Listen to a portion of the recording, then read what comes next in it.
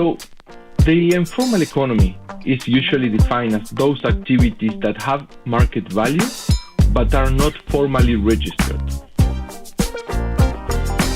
But it also includes activities by registered firms that are concealed from authorities. And the informal economy is truly a global phenomenon. According to the ILO, about 2 billion workers, or 60% of the working age population, operates in the informal sector. My name is Corinne Deléchat. I'm a division chief in the African department and mission chief for Senegal.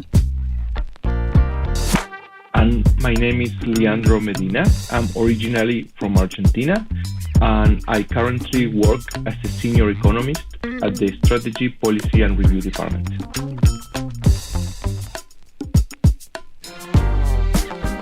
Welcome to this podcast produced by the International Monetary Fund.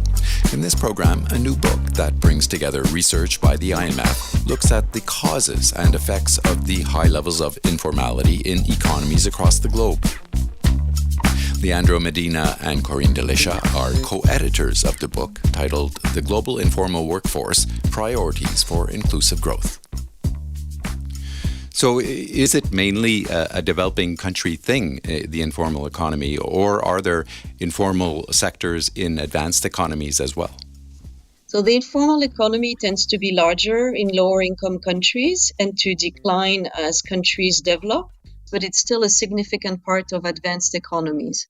On average, informal sector represents 35% of GDP in low and middle income countries, but that can have very wide variation. It can go from like 30% of output in Chile to over 90% in Senegal.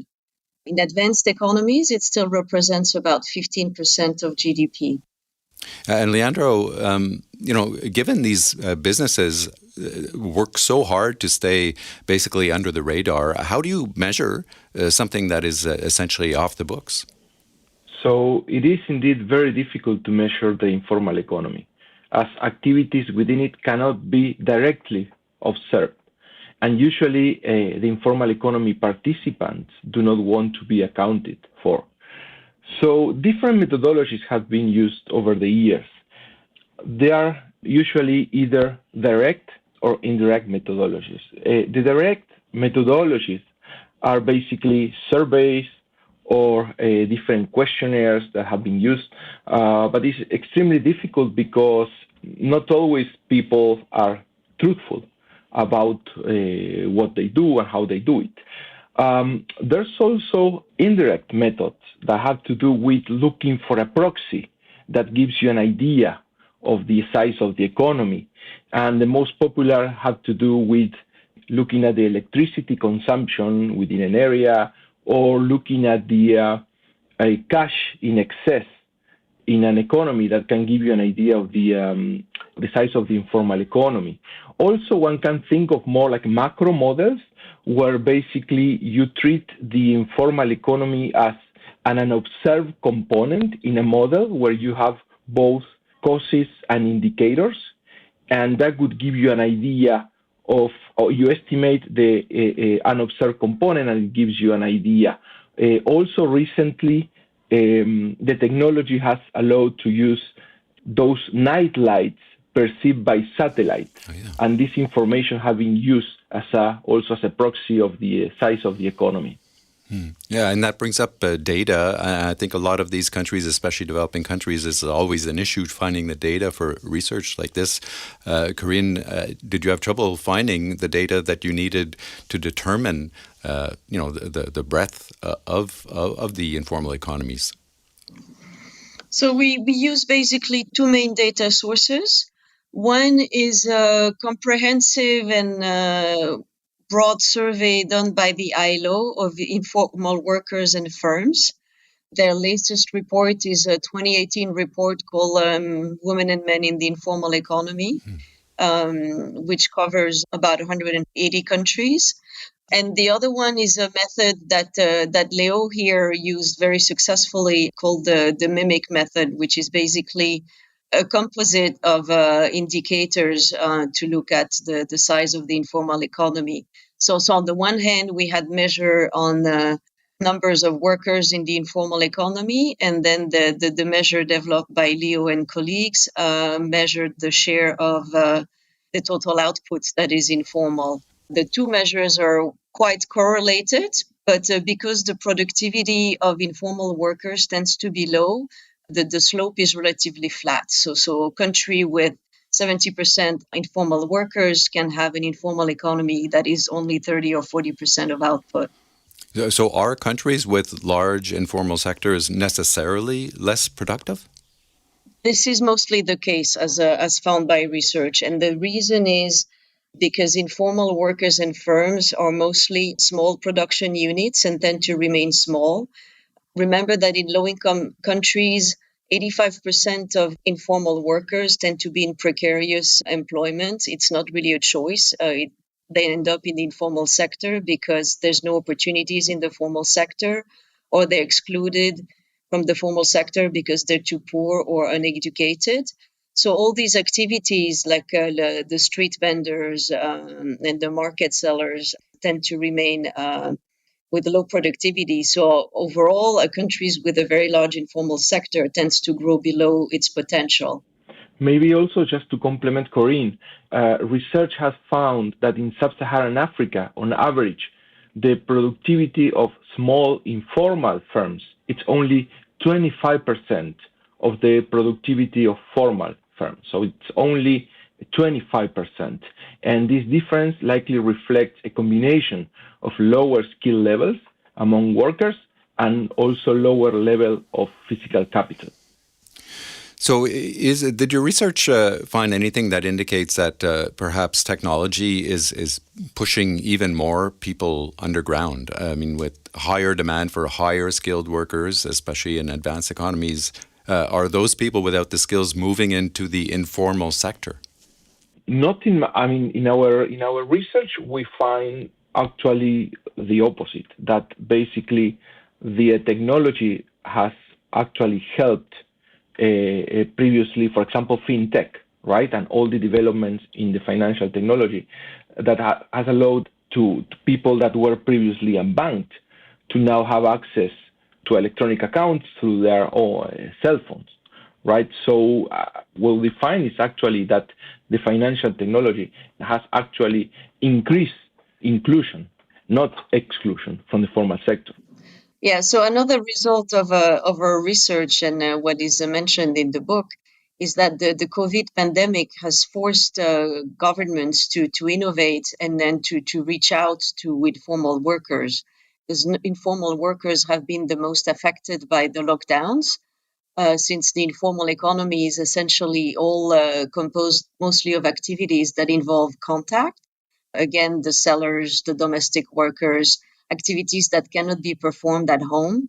So the impact of the lockdowns has been absolutely devastating on these sectors and these people.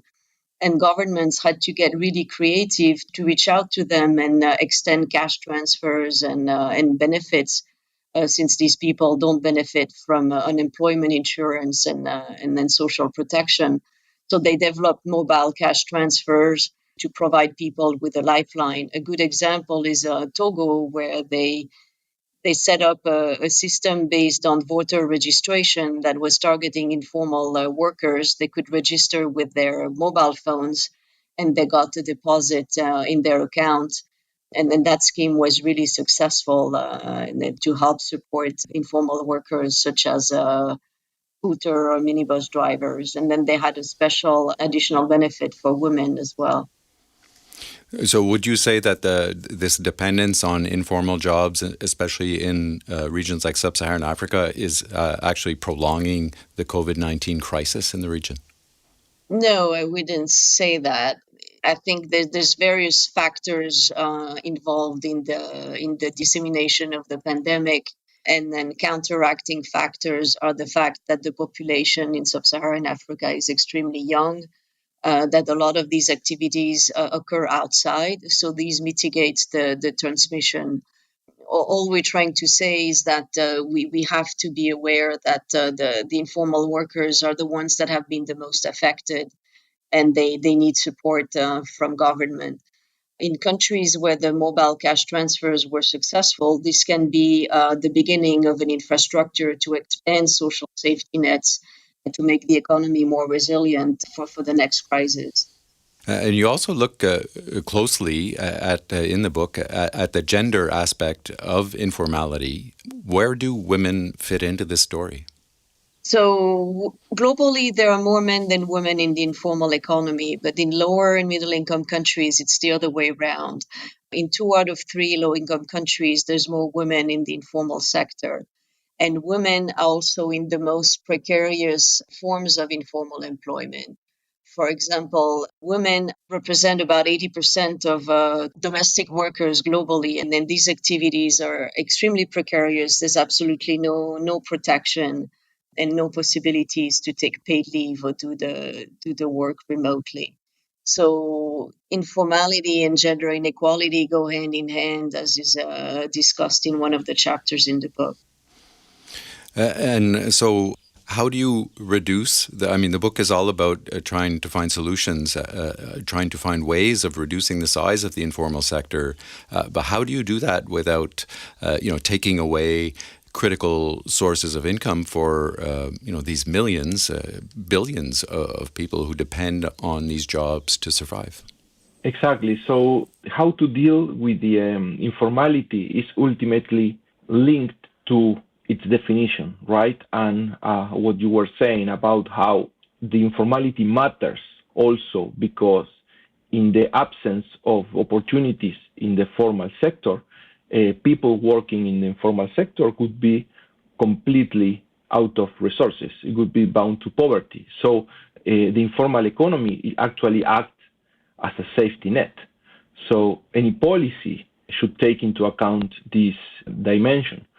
So the key policies to basically enforce formalization have to do with, of course, increased access and quality of education.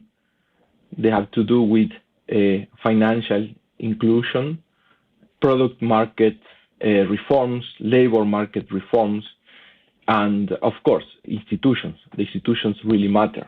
Even in advanced countries, the countries with better institutions usually have a lower informality. And that's what we find also in our research. And so what do you think the role is of the international community to sort of, try and have countries within these regions implement some of these policies that you're suggesting? Well, there's institutions that have a direct mandate to facilitate the transition towards a more formal and more decent job, which is the ILO, the International Labour Organization. And that's why we are partnering with the ILO in launching the book, recognizing their specific role. The IMF does its part, again, because informality is related to issues that are macro critical and then critical to the IMF mandate, thinking of growth, poverty, inequality, and gender inequality. So we're providing advice to countries, especially in the context of the recovery, to implement inclusive policies that would address informality and inequality at the same time, to ensure that we don't have a divergent recovery with advanced economy growing faster and low-income countries falling further and further behind. We do this through our policy advice to countries. We do this through our lending programs. I'm thinking about the IMF strategy on engagement in social spending, which is a big part of that, supporting greater spending on health and education, social protection. We have floors on social spending in most of our programs with low-income countries, for example. And in recent programs, such as Madagascar, there's also specific program targets linked to the expansion of cash transfers or social safety nets to more beneficiaries. The final angle is the capacity development and the training, where we support the design of more redistributive fiscal policies, the composition of spending, prioritizing social spending and structural policies on education, labor market, and then a big component on financial inclusion. And finally, something that's become more important in our training is the gender responsive policies and gender budgeting to address the gender aspect. Corinne Deléchat and Leandro Medina, both economists at the IMF. Congratulations on this book on the global informal workforce, and thanks for sharing this invaluable research with us today. Thank you so much. Thank you.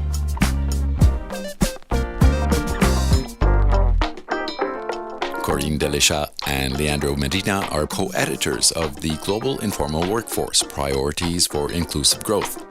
Check it out at the IMF bookstore, that's imf.bookstore.org, or at the IMF's e-library, that's e-library, one word, .imf.org. And look for other IMF podcasts wherever you get your podcasts. You can also follow us on Twitter at IMF_podcast. I'm Bruce Edwards. Thanks for listening.